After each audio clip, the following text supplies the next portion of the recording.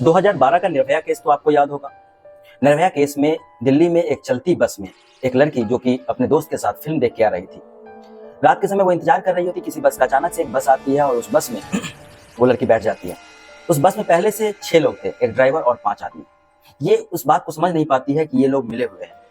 उस बस में उस लड़की के साथ बहुत बुरा होता है। उसके साथ इतनी गंदी हरकत होती है, उसके प्राइवेट पार्ट में लोहे का रॉड डाला जाता है, उसकी अंतड़ियां बाहर आ जाती है और वो बेहोश हो जाती है। आगे चल के हॉस्पिटल में वो मर जाती है। उसका निर्भया नाम इसलिए पड़ा था कि वो हॉस्पिटल में बहुत दिनों तक सर्वाइव कर रही थी और इस कारण से पूरे देश में हल्ला मच जाता है। सैकड़ों हजारों लोग, लाखों लोग रोड उतर आते हैं, कैंडल मार्च होता है।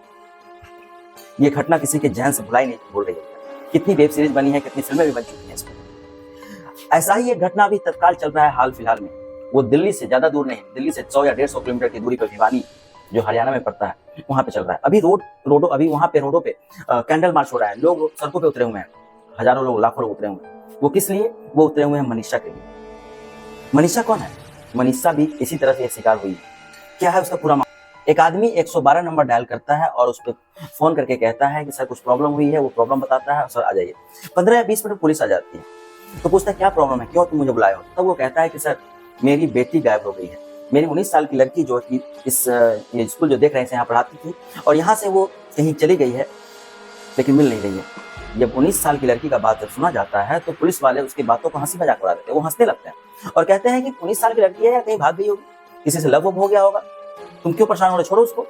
ये सुन के वो जो पिता होता है संजय, वो काफी गुस्सा हो जाता है। गुस्सा में होकर कहता है कि सर आप इसलिए आए हैं, आपको मेरी मदद करनी चाहिए, लेकिन आप मुझे मेरी बेटी के बारे में ऐसा कह रहे हैं। इस पर पुलिस वाला थोड़ा सा शांत हो जाता है और शांत होने के बाद कहता है ठीक है चलो।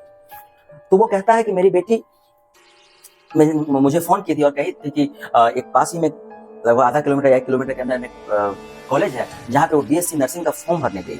उस समय उसने फोन करके बोला था, लेकिन वहां से वापस नहीं आई। वहां पे आप चलिए। वो पुलिस वाले 112 नंबर के और साथ में संजय उसका पिता वो जाते हैं। जब वो जाते हैं कॉलेज में तो कॉलेज का जो एक गेट था जिसमें गाड़ी अंदर नहीं जा सकती, तो गाड़ी को बाहर लगाया जाता है और छोटे से गेट से जब एंट्री कर रहे थे तो वहीं पे 3 लोग थे, जो कि 2 लोग नशे में थे, दारू वारू से पिए हुए थे और एक थोड़ा सामान लग रहा था जिसको बातचीत अच्छे से कर सकता है। पुलिस वाला जाता है और वहां पर जाने के बाद उसे हाथ मिलाने लगता है। जो आदमी था उसे हाथ मिलाता है, उसे पीठ पे थपथपाता है।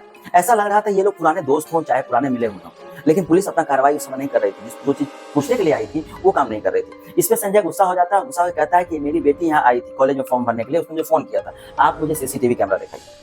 वो सीसीटीवी कैमरा नहीं दिखाता। पुलिस वहां अपने ढंग से, ईमानदारी से काम नहीं कर रही थी। उसके बाद पुलिस वाले को कहता है सर आप जो काम करने के लिए आए हैं वो काम कीजिए ना। इससे पुलिस वाले थोड़े से पूछताछ करते हैं और कहते हैं कि नहीं यहाँ पे नहीं है। सीसीटीवी कैमरा का बात संजय कर रहा था लेकिन पुलिस वाले नहीं कर रहे थे। उसके बाद पुलिस वाले इसको लेके, संजय को लेके वापस चले जाते हैं। वापस लाने के बाद इसको कहते हैं कि तुम जाके थाने में रिपोर्ट लिखाओ, तब ऐसा होगा। अब थाने की रिपोर्ट की बात आती है, लेकिन इसके 2 दिन बाद, ये घटना घटी थी 11 अगस्त के, लेकिन 2 दिन बाद 13 अगस्त 2025 को एक सड़क पे जो रास्ता जिसमें आवागमन था, उस रास्ते के नजदीक में एक डेड बॉडी मिलती है। इस डेड बॉडी को देख के पूरे इलाके में सनसनी फैल जाती है। क्या वो डेड बॉडी मनीषा की थी और उसे बहुत बुरी तरह से मारा गया था। उसके गले पे बहुत धारदार निशान। थोड़ी ही देर में ये बात सोशल मीडिया पर, मीडिया में पूरे देश में प्रदेश में फैल जाती है। अभी सोशल मीडिया पर यही चीज चल रही है।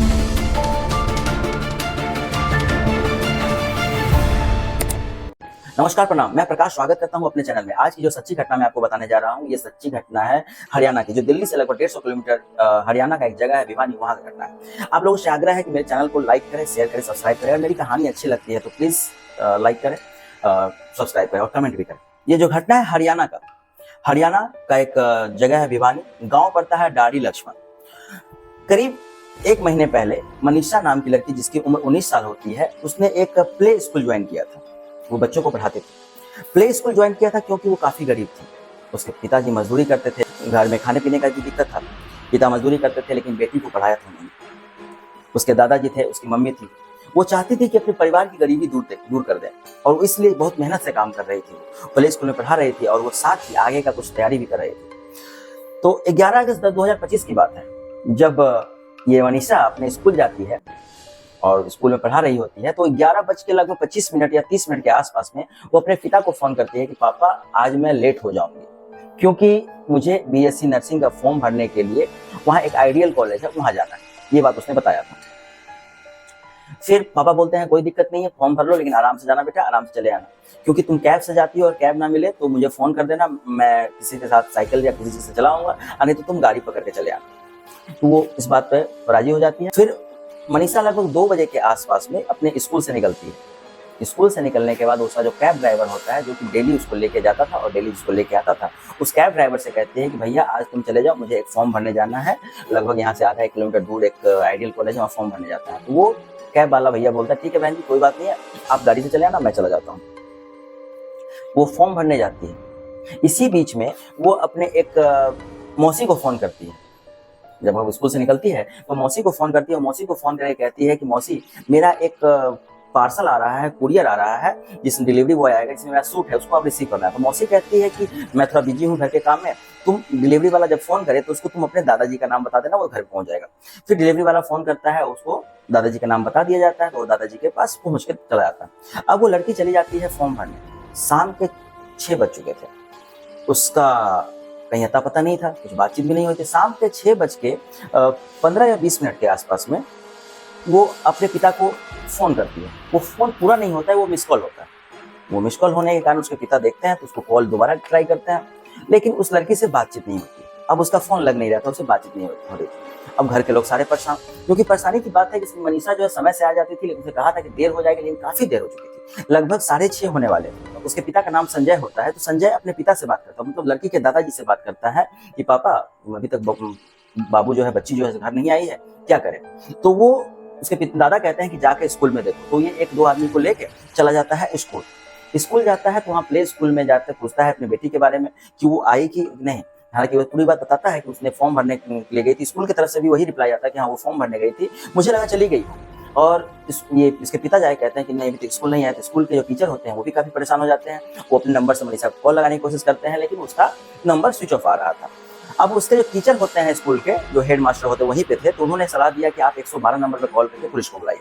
तभी वहीं से वो 112 नंबर पर कॉल करते हैं, और लगभग 15 से 20 मिनट के बाद पुलिस आ जाती है। पुलिस की तरफ से एएसआई अनूप आते हैं, कांस्टेबल पवन और एसपीओ धर्मेंद्र आते हैं, और ये जो पूरी बात बताते हैं मेरी बेटी नहीं मिल रही होगी, इस साल की लड़की है। तो ये लोग हंसने लगते हैं, ये लोग बोलते हैं कि तुम्हारी बेटी भाग हो गई होगी। इस पे उसके पिता को काफी गुस्सा आ जाता है कि सर ऐसी बात मत बोलिए, जो काम करना है आए हो कीजिए, आप चलिए कॉलेज। वो उसको बिठा के कॉलेज जाते हैं। कॉलेज में जाके पता चलता है कि 2-3 आदमी नशे में है, और नशे में होने के बाद उससे बातचीत करते हैं, और जो बातचीत करने के बाद कोई हल नहीं निकलता, तो फिर जाके ये उसको वापस करते हैं और ला के कहते हैं तुम जाके थाने में जाके कंप्लेन दर्ज करो। रात के करीब 10 साढ़े 10 बज चुके थे। 10:30 बजने के कारण ये लोग डिसाइड करते हैं कि आज नहीं जाया जाए, कल चलते हैं, क्योंकि पुलिस थाना जो है वहां से दूर था। अगले दिन यानी 12 अगस्त को, ये घटना 11 अगस्त 2025 की है, 12 अगस्त को ये थाने पहुंचते हैं। सुबह थाने पहुंच के वहां पे कंप्लेन दर्ज करने की कोशिश करते हैं। लगभग 8 बजे की बात है, लेकिन इनको दौड़ाया जाता है। वहाँ के जो एसओ होते हैं अशोक और एएसआई शकुंतला, उनकी बातों को मजाक में उड़ा देते हैं। वो भी कहते हैं कि तुम्हारी बेटी है, शादी वादी कर ली होगी, भाग गई होगी, इस तरह का उसको बात बोलते हैं।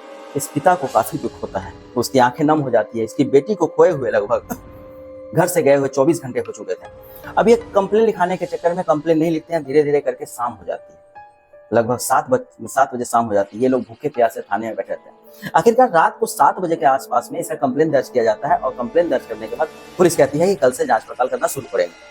तो ये रिक्वेस्ट करता है कि मैडम अभी चलिए, रिक्वेस्ट अभी भी टाइम है। तो वो मैडम डांट के इसको भगा देते हैं। तब वो यहाँ से चले जाते हैं। वहां से जाने के बाद वो फिर से अपना जांच पड़ताल, संजय और उनके कुछ साथी जो हैं, तो फिर से जांच पड़ताल करना शुरू करते हैं अपने तरीके से। फिर से वो कॉलेज जाते हैं, आइडियल कॉलेज, और वहां जाकर सीसीटीवी कैमरा देखने की मांग करते हैं, लेकिन वहां पे उसको सीसीटीवी कैमरा देखने नहीं दिया जाता है, जो कि बहुत इंपॉर्टेंट था, देखने दिया जाना चाहिए था, लेकिन देखने नहीं दिया जाता। अब अगले दिन ये पुलिस वाले लोग आते हैं, ये भी जाते हैं कॉलेज स्कूल, वहाँ पे जांच पड़ताल करते हैं, पूछताछ करते हैं।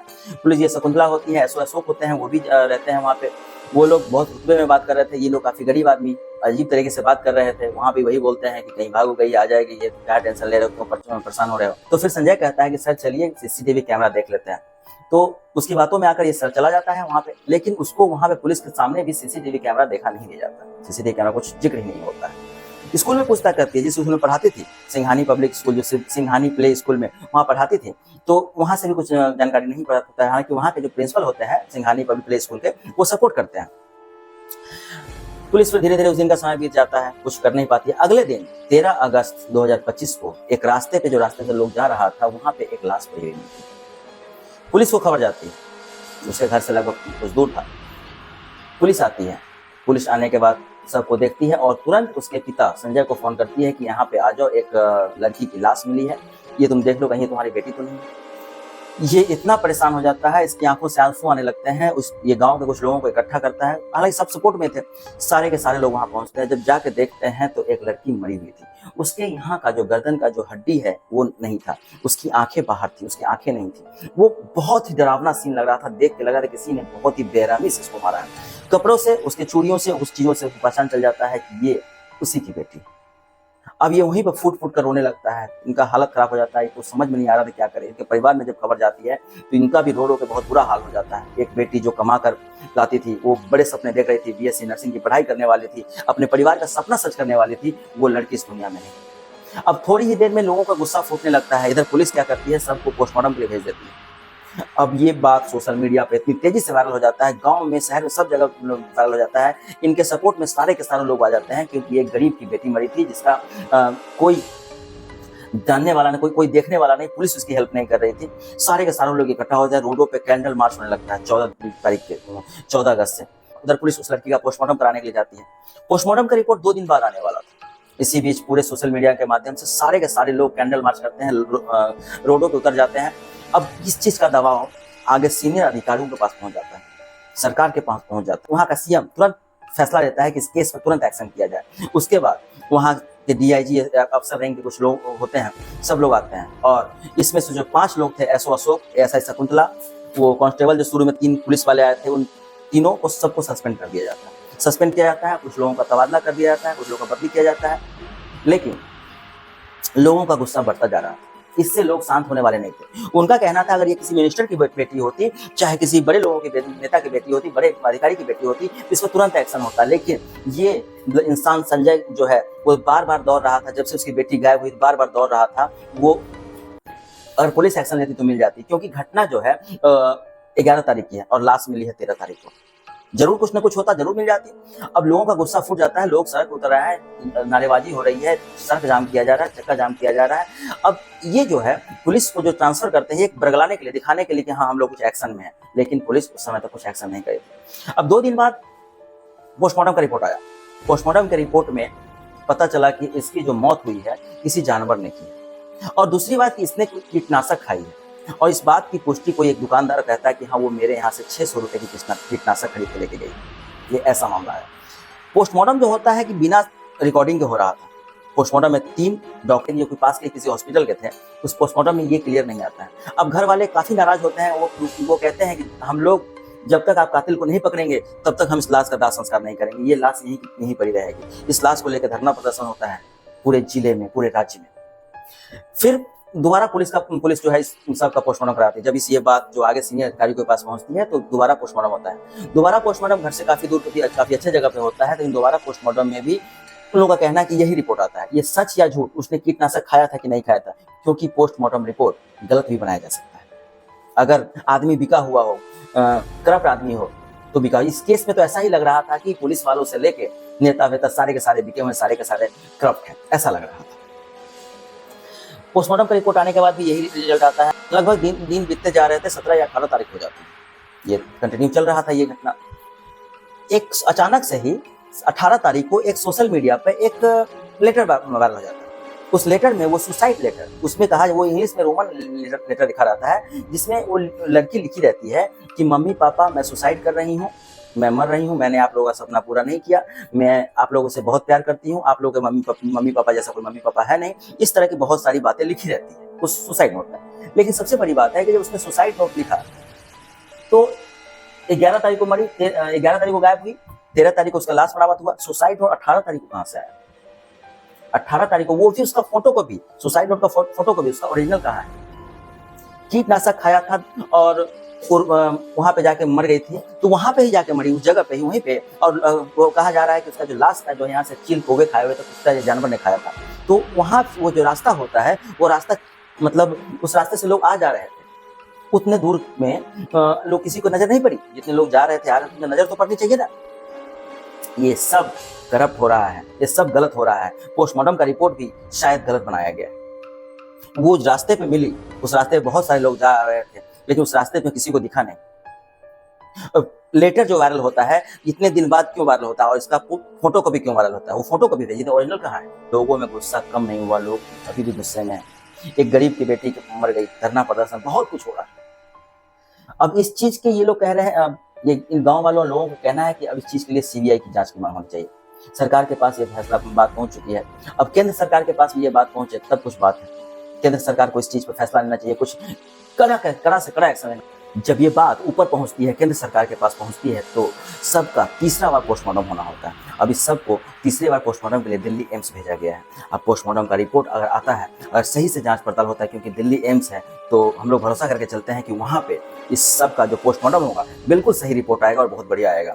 और अभी आज 20 तारीख है और 20-21 तारीख को इस सब का दाह संस्कार किया जाएगा, उनके फैमिली वालों को सौंपा जाएगा। 4-5 पॉइंट है जिसमें लोगों को नोट करना चाहिए। ये लेटर का फोटो कॉपी ओरिजिनल लेटर का है। जब वो मरी तो मरने के बाद वो कीटनाशक जो खाई हो, जो दुकानदार पुष्टि कर रहा है, तो उसी जगह पे जाके क्यों मरी? और दूसरी बात है कि उस जगह पे जो मरी तो वो यहाँ का जो उसकी आंखें कैसे निकली हुई है, यहाँ का ये गायब है, शरीर का कुछ अंग सब गायब है। और हालांकि इसमें एक चीज ये है कि उसका सेक्सुअल हरासमेंट हुआ है कि नहीं हुआ, इसका रिपोर्ट में शामिल तो अभी तक बताया नहीं गया है। लेकिन मैंने आपको बताया ना कि पोस्टमार्टम गलत बनाया जा सकता है।